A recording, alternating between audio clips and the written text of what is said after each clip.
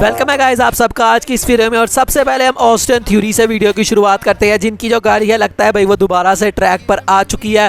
तो जैसा कि हमें पता कि भाई जब उनके पास यूएस चैंपियनशिप थी तो उनकी बुकिंग इतनी कोई खास अच्छी चल ही नहीं थी, और उसके बाद हमने देखा कि उनसे टाइटल भी ले लिया गया। और उसके बाद ऐसा प्लान किया जा रहा था कि WWE को उनका एक फेस टर्न करवाना पड़ेगा, और उसकी वजह से जो WWE के फैंस हैं वो भाई उनमें इन्वेस्ट होने लग जाएंगे। लेकिन भाई अब जो करंट प्लान्स हैं वो ये है कि भाई उनका जो करेक्टर है उसमें कोई भी चेंजिंग नहीं होने वाली, और जो बैक स्टेज पर लोग हैं वो ऑस्टिन थ्योरी को आप फिर से बिल्ड करना चाहते हैं to be the next WWE champion. मतलब ऑस्टिन थ्योरी के लिए फिर से वही भाई सोच सबकी आ चुकी है जो कि भाई विंस मैकमैन लेके आए थे कि भाई वो यहाँ पर ऑस्टिन थ्योरी के अंदर एक ऐसी चीज़ देखते थे, मतलब वो भाई नेक्स्ट उनको शायद रोमन रेंज या जॉन सीना समझते थे। तो अब भाई फिर से जो ऑस्टिन थ्योरी है उनके बारे में जो WWE है वो काफ़ी ज़्यादा सीरियस है, और अब ऐसा लग रहा है कि भाई अब ऑस्टिन थ्योरी का वो टाइम आ चुका है। क्योंकि भाई मनी इन द बैंक जिस तरह से वो हारे थे लास्ट ईयर, तो भाई काफ़ी लोग उसका मजाक उड़ा रहे थे कि भाई मिड चैंपियनशिप के ऊपर उसने कैश इन किया और वो भी वो सक्सेसफुल नहीं कर पाया, उसके बाद वो यूएस चैंपियनशिप को भी हार गए। तो अब भाई ऐसा लग रहा है कि अब WWE उनके साथ कुछ सीरियस करेगी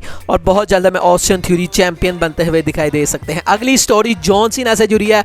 और भाई जॉन सीना का जो शेड्यूल है वो इस रिपोर्ट के मुताबिक भाई जो मैं एक्सपेक्ट कर रहा था वैसा तो बिल्कुल भी नहीं है। तो भाई अभी ऐसा बताया जा रहा है इस रिपोर्ट के मुताबिक जो कि मैंने पढ़ी, वहाँ पर ऐसा बताया जा रहा है कि फास्ट लेन के अंदर सिर्फ एक्सपेक्टेड है अभी तक जॉन सीना का आना, लेकिन जो क्राउन जूल है वहाँ पर वो आने वाले हैं। ये चीज़ कंफर्म की गई है इस न्यूज़ के मुताबिक कि क्राउन जूल के अंदर जॉन सीना आने ही वाले हैं। और उसके अलावा जो WWE वाले हैं भाई वो ये भी कोशिशें कर रहे हैं कि रॉयल रंबल और रेसलमेनिया के अंदर भी जॉन सीना को लाया जाए। तो इसका मतलब है क्राउन जूल के अंदर वो आएंगे, फास्ट लेन के अंदर भी वो आ सकते हैं, उसके बाद सर्वाइवर सीरीज शायद वो मिस करे, और उसके बाद नेक्स्ट ईयर वो रॉयल रंबल में भी आए, और उसके बाद रेसलमेनिया में भाई। तो भाई आने वाले ये जो 7-8 महीने हैं इसके अंदर जॉन सीना के में काफ़ी अपीयरेंसेस देखने को मिल सकती है।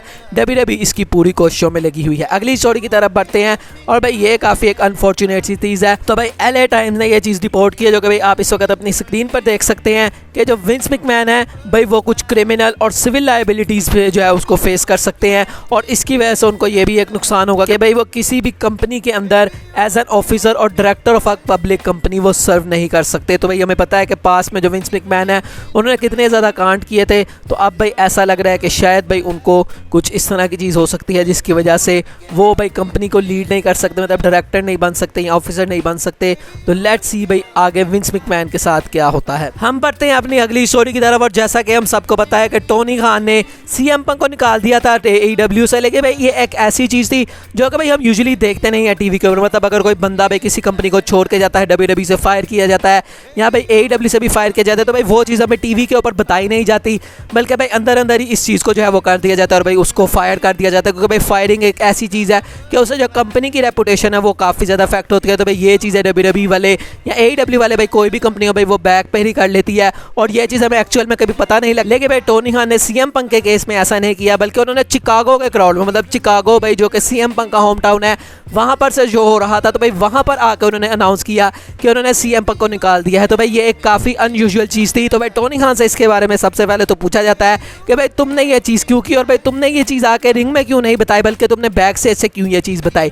तो उन्होंने भाई इस चीज़ के ऊपर बताया, उन्होंने कहा कि भाई अगर तुम रिंग के अंदर आते हो तो तुम सिर्फ एक साइड की जो ऑडियंस है उसको एड्रेस कर पाते हो, मतलब तुम्हारा जो शक्ल है तुम्हारी वो सिर्फ एक साइड वाली ऑडियंस की तरफ होती है, बाकी बंदों को तुम नहीं देख सकते। और मैं चाहता था कि मैं जितने भी वहाँ पर बंदे बैठे हुए हैं, जितना भी क्राउड वहाँ पर बैठा हुआ है, मैं सबको देख सकूँ और सबका मैं रिएक्शन चेक कर सकूँ। तो भाई मैंने इसलिए ये किया। और दूसरी बात कि भाई मैं कोई रेसलर नहीं हूँ तो मुझे ज़रूरी नहीं है कि मैं रिंग के अंदर आऊँ, तो मैंने इसलिए क्या किया कि मैंने बैक स्टेज से ये जो है वो प्रोमो कट किया और मैंने CM पंक को निकाल दिया। और ये काफ़ी एक बड़ा डिसीजन था, क्योंकि भाई अभी जो AEW है वो भाई अपने पीक के ऊपर है, मतलब वो काफ़ी अच्छा काम कर रही है। ऐसा टोनी खान ने कहा कि भाई हम TV शो रन कर रहे हैं और भाई पेपर व्यूज़ भी हमारे बहुत ज़्यादा अच्छे होते हैं। तो भाई उन्होंने कहा कि भाई काफ़ी इस वक्त जो प्रोडक्ट है वो अच्छा है, और ऐसे टाइम के ऊपर CM पंक को फायर करना ये काफ़ी एक बड़ा डिसीजन था। और उन्होंने कहा कि जब मैं बैक स्टेज के ऊपर गया तो रिकी स्टीमबोट मेरे पास आया, तो भाई उन्होंने मुझे कहा कि भाई ये जो तुमने अभी मोमेंट किया है ना भाई ये काफ़ी एक बड़ा मोमेंट है, मतलब तुम्हें पता भी था कि भाई ये चिकागो का क्राउड है और जो क्राउड है वो तुम्हारे अगेंस्ट टर्न कर जाएगा, लेकिन उसके बावजूद तुमने काफ़ी ज़्यादा जिगरा दिखाया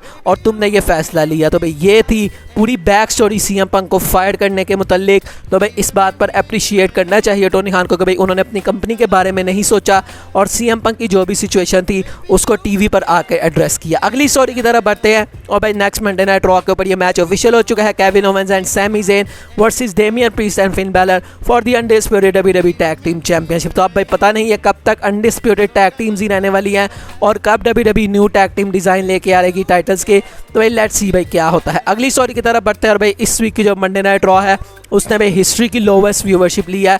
तो भाई व्यूवरशिप आई है 1.331 मिलियन व्यूवर्स। तो लास्ट वीक भाई 1.335 मिलियन व्यूवर्स थी और भाई इस वीक उससे भी घट गई। मतलब लास्ट वीक तो भाई थी ही लेकिन इस हफ्ते भाई उससे भी नीचे चली गई और सिर्फ 1.331 मिलियन व्यूवरशिप आई है। तो भाई अब इसके बारे में हम कुछ नहीं बोल सकते। अगली स्टोरी रोमन रेंज से जुड़ी है और भाई रोमन रेंज का आज के दिन एक अनबिलीवेबल स्टैट है जो कि सामने आया। तो भाई आज से ठीक 2 साल पहले रोमन रेंज ने एक ही हफ्ते में 4 मैचेस के अंदर compete किया था। सबसे पहले मंडे नाइट रॉ पे न्यू डे के साथ ब्लड लाइन के मैच में, उसके बाद उसी सेम शो के ऊपर एक ट्रिपल थ्रेट मैच में बॉबी लैशली और बिग ई के साथ, उसके बाद उन्होंने फ्राइडे नाइट स्मैकडाउन में मॉन्टेस फोर्ड के साथ compete किया और उसके बाद PPV के अंदर फिन बैलर के साथ उन्होंने फेस किया। तो भाई रोमन रेंज ने एक ही वीक के अंदर 4 मैचेस के अंदर compete किया और अब तो भाई वो 4 हफ्ते भी देखने को नहीं मिलते।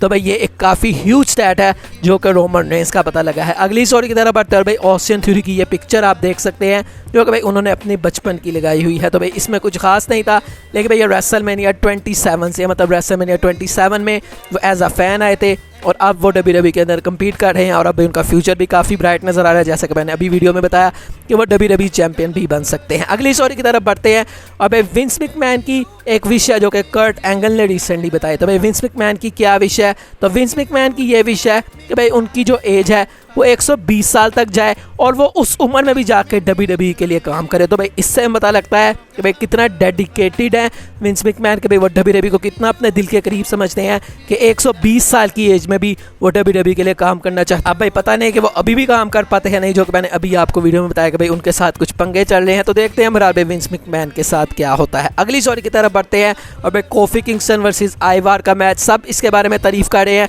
और बैक स्टेज के ऊपर भी जो लोग हैं वो काफ़ी ज़्यादा सरप्राइज है कि भाई इस मैच ने इतना अच्छा डिलीवर कैसे कर दिया। अगर हम देखें तो भाई इस मैच के अंदर जो स्टोरी लाइन है वो भी कोई इतनी खास नहीं थी, ना कोई चैंपियनशिप इस मैच के अंदर इन्वॉल्व थी, ना कोई भाई इस मैच को मेन इवेंट के अंदर रखा गया हुआ था।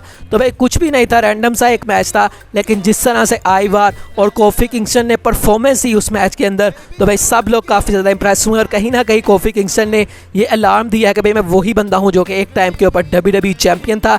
तो WWE मुझे दोबारा से भाई तुम्हें कंसीडर करना चाहिए। तो भाई आपको क्या लगता है, क्या फ्यूचर में कभी दोबारा से WWE कोफी किंगस्टन पर इन्वेस्ट करेगी एज द WWE चैंपियन? आप मुझे कमेंट सेक्शन में बताएं। आज की फाइनल स्टोरी की तरफ बढ़ते हैं और भाई अगर ये चीज़ सच है तो भाई फिर तो रैंडी ऑर्टन का रिटर्न अब बहुत ज़्यादा करीब है। तो भाई सोशल मीडिया पर एक वीडियो काफ़ी ज़्यादा वायरल हो रही है जो कि परफॉर्मेंस सेंटर के बाहर से है, जहां पर रैंडी ऑर्टन को सपोर्ट किया गया है। भाई फैंस ने उनको देख लिया और उनकी वीडियो बनाई और यहाँ पर जो रैंडी ऑर्टन है वो आप देख सकते हैं भाई अपने मुंह पर हाथ रख के सबको कह रहे हैं, मना कर रहे हैं सबको कि भाई तुम लोग इस चीज़ को बाहर मत निकालना। अब भाई ये चीज़ यहाँ पर बताई गई है रिपोर्ट में कि अभी इसके ऊपर कुछ कन्फर्मेशन नहीं है कि क्या ये जो वीडियो है ये अभी की है या फिर कुछ देर पहले की है। लेकिन भाई ऐसा भी बताया जा रहा है रिपोर्ट्स के मुताबिक कि 3 हफ्तों से जो रैंडी ऑर्टन है वो परफॉर्मेंस सेंटर के अंदर आके ट्रेनिंग ले रहे हैं। तो भाई अब अगर तो ये वीडियो सच है, रिसेंट की है, तो भाई इसका मतलब है कि अब रैंडी ऑर्टन का जो रिटर्न है वो बहुत जल्दी हमें देखने को मिल सकता है। तो भाई WWE में जो रिटर्न्स की बारिश है,